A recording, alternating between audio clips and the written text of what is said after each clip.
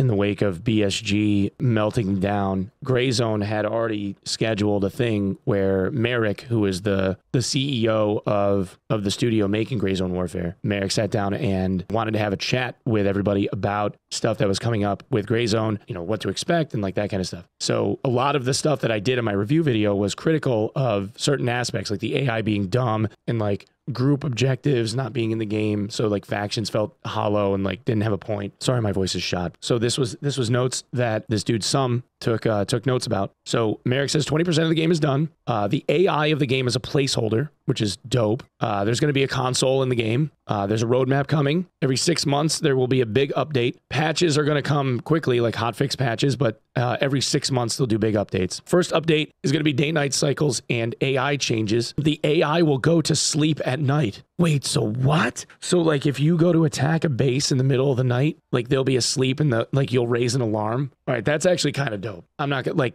that's kind of cool. So they're gonna have a 6-month wipe cycle. Release date is 1 to 2 months for EA. So a month to 2 months from now is when they're gonna go into early access. So that would put us at what, like June into July, somewhere around there will be release date, somewhere around there. Stealth mission would go really hard. If they can knock out the AI and like their behavior and stuff, and you had the ability to do stealth missions and go in like Splinter Cell style, I will live in your fucking game. I will live in your fucking game if I can be Splinter Cell. I will live in that fucking game. Kingdom Come Deliverance will let enemies sleep at night, take off their clothes and only leave a few guards. Yeah.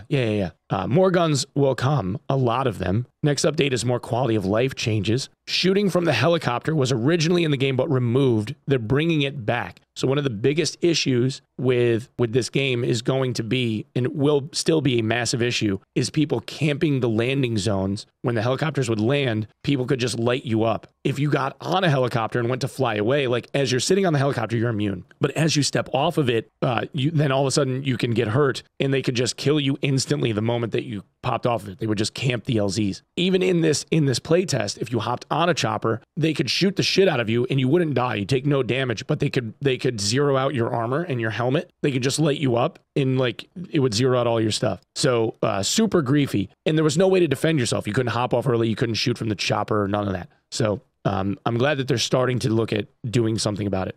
Something like armbands will be implemented for team. Not 100% sure what it is, but it'd be something small to determine teams. So they're talking about factions, like identifying faction features. Spongy AI is fixed now. So AI was taking 1 million hits, was something with like the way that the bullets would trace, and they call it a cavity system. So you would like impact somebody's chest, and the path that the bullet took would like leave a cavity, and whatever that cavity passed through would determine like what kind of damage you took, like to which organ and like that kind of shit. The AI wasn't realizing some of that like pathing, like cavity damage that was supposed to like be getting realized. So they were taking like 30 hits, even though they had nothing on but a t-shirt. Like bare-chested dude is taking like 30 hits to the chest before he goes down.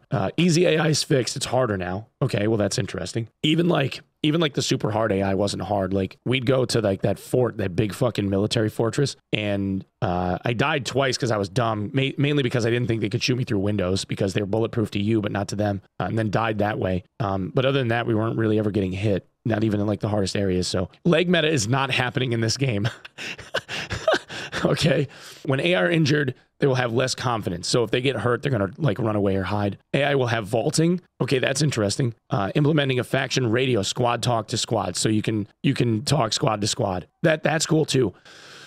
So that means that you'll be able to have VoIP, like radio VoIP to everyone in your faction, which is massive. Adding real-time quests that pop up randomly. So that's good. Killing PMCs in an area. So this is an interesting bullet, actually, because one of the things that they talked about was that this is a game designed around being primarily PvE-centric. But I think that the core of the entertainment value for the game will end up being a mix between PvE and some amount of like PvP engagement. And before reading this, there were moments in time where they said that they weren't going to have like a mission to go and kill other players, but this is them adding in that as a piece to the game now. So there will be some form of a PvP focus, which I think is necessary because you want to try and capture as big of an audience as you can, you know? They've changed the value of items already. Much more items being added. Vendors always had like cheap shit and it was always like really good. So you could just get like outfitted like super, super easy. You cannot change factions during wipe currently. Okay, so they're not gonna allow you to like swap factions. I guess at some point they will. This is Gray Zone Warfare, yeah. Weapon modification screen is missing but coming. So that was another thing, is like you were buying a ton of attachments, like, oh, does this fit? So I'm glad that they're gonna have a weapon mod screen. In the plan, a hideout sort of thing like EFT is gonna be in your base camp. So okay, so you'll have like your own little space to like deck out or whatever. Weather is coming, rainstorms, etc. Guard loot is changing. So this is good too, because one of the other things was vendors always had like you would get through like the tier 1 area, right? And then like the vendored loot and the tier 1 area loot was about the same. And then you would improve your rep with the vendors. And then all of a sudden the vendor always outpaced wherever it was that you were like questing. So none of the like mission areas ever had loot that was equivalent to whatever was on the vendors. There was no point in looting other than like trying to make a couple of extra dollars. So you did the Tarkov thing where you looted optics and fucking suppressors and then brought those back and sold them off so that you could just keep buying guns.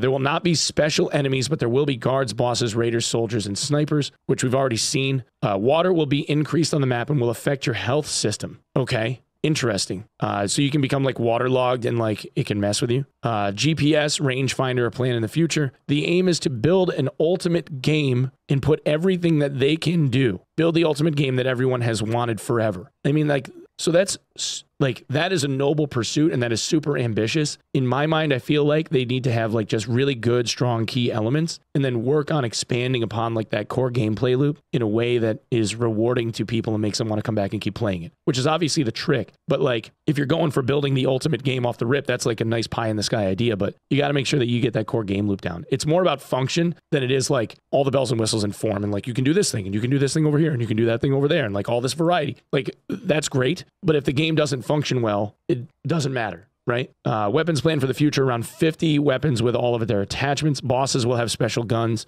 Trading, black market, and flea market. There's no plan that it won't happen. So they're looking for adding in like a flea market or a black market or trading system, like a trading hub. A physical trading hub would be kind of cool, especially if it's in like a contested area or something where it's kind of like people are going to be like kind of on edge the whole time, you know? Water quality, I think like I'm wondering if it's like disease maybe for the water stuff. Like there's a lot of different ways that you could take that. Like they could be talking about like swamp foot, or they could be talking about like a disease systems or like parasites in the water or something. I don't know. Like we'll have to see. Yeah, getting trench foot. Yeah. I mean, like you're talking tropical environment, so it's all the stuff that could be like in the water in a tropical environment. Maybe they'll have gators. I doubt it, but can you imagine, dude? Like you're like walking across the stream or walking by a swampy stream area or something. You got some a water table. You know, like some swamp that feeds like the nearby river or whatever, and a fucking gator comes up. That's tropicalist. They want the world to be active and changing.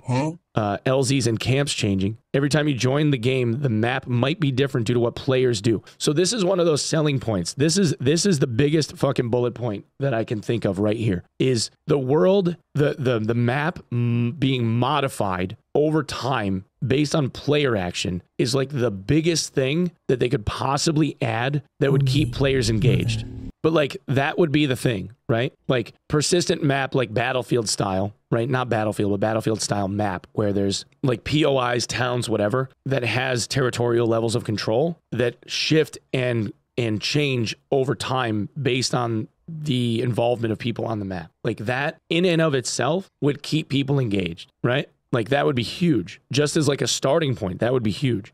Dragging people is coming later. So that you'll have the ability to drag somebody's body. If they need to, like for somebody who needs to be revived, you can drag them. PVE events will come later. Okay, so the PVE style events, you know, something happens, helicopter crash, you know, whatever. PVE and PvP is shared progression unless there is abuse. So what they mean by this is a shocking revelation for everyone I know. As it turns out, Chad, a PVE only mode does not, in fact, cost $250. I know it's a shocking thing. I know. Like everybody, take a breath just take a moment for yourselves. All right, like absorb that. Okay, all right. I'm here to tell you that it doesn't cost $250. In fact, as it turns out, it happens to be baked into whatever game package you decide to purchase from a company like those making Gray Zone Warfare. They have it included in their multiple options of purchase. The cheapest version of the game that you can buy actually includes a PVE only mode as an option to play instead. I know it's crazy. I know. I'm not lying. I swear this is true.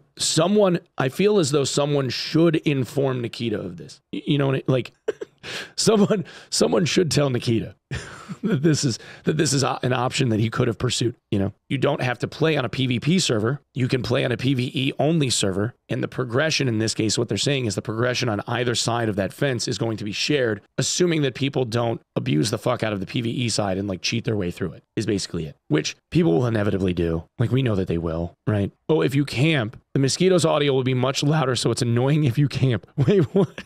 Wait, what? What? If you camp in a bush, they crank the fucking mosquito buzzing audio? That's fucking so troll. Are you fucking kidding me? Camp if you want, but you're gonna hear buzzing mosquitoes in your fucking ears the entire time. That's so fucking troll. Oh my gosh. Okay, bodies will go rotten in the world over time. There's a lot of stuff that's hidden on the map POIs. There's some of the stuff that you fly over with the choppers, depending on like which direction you're going in. There's like, I saw like downed planes and stuff like along the road. There's definitely a lot of stuff to be able, like, you can walk through the jungle and find some cool shit for sure. There's already stuff on the map for that. It just, you don't really have time to like go and look for it all. Not on a 7-day play test when you're trying to like get into it, you know. Disease and infections are planned from the jungle. So maybe this is what they meant, like in conjunction with the water stuff.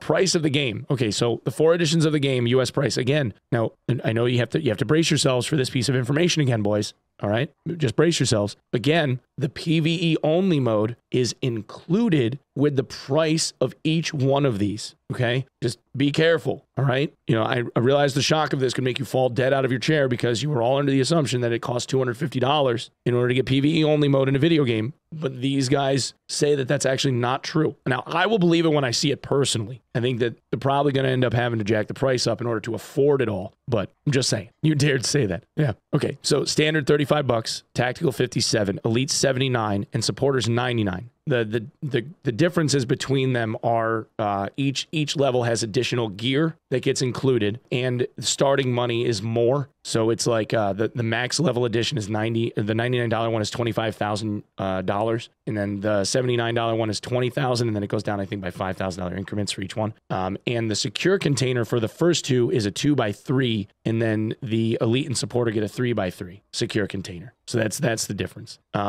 Upgrades, there are upgrade available between versions if you want it, asking for people to spend as much as you can, as the servers are very, very expensive. So I actually respect this a lot too. If the dev is like, you know, we realize that it's an expensive thing, you know, as much as you can afford to spend, we would ask you to do that just because the servers are a lot of money. Like, that makes sense. Early access prices above, full release will be more. So these are the EA values. At full release, they'll probably go up 20% or something. That's usually like what they do. Monday next week, they will release the release date and a trailer for the game, which is also kind of cool. And then there was a final announcement that they made where they said they're gonna set up like an IRL money shop for cosmetics or whatever that will be available in the game, and then a portion of, or all of, depending on the thing, the item sale some of that money is going into a kitty to be able to help support very, very small dev teams to be able to fund their projects, which I thought was actually really cool of them. Will the supporter edition include the jungle anti-nipple chafing stickers? Yes, unless you're Hutch, in which case you don't have nipples, so you will not need them. Yeah, so and the heavy supporter edition gets a t-shirt, an in-game GZW t-shirt, in-game GZW gloves. You get a name color and a supporter badge next to your name. So there you go. There you go. That's kind of cool. A little extra cosmetic stuff. I mean, and I actually like these devs, man. So I'd probably go in on the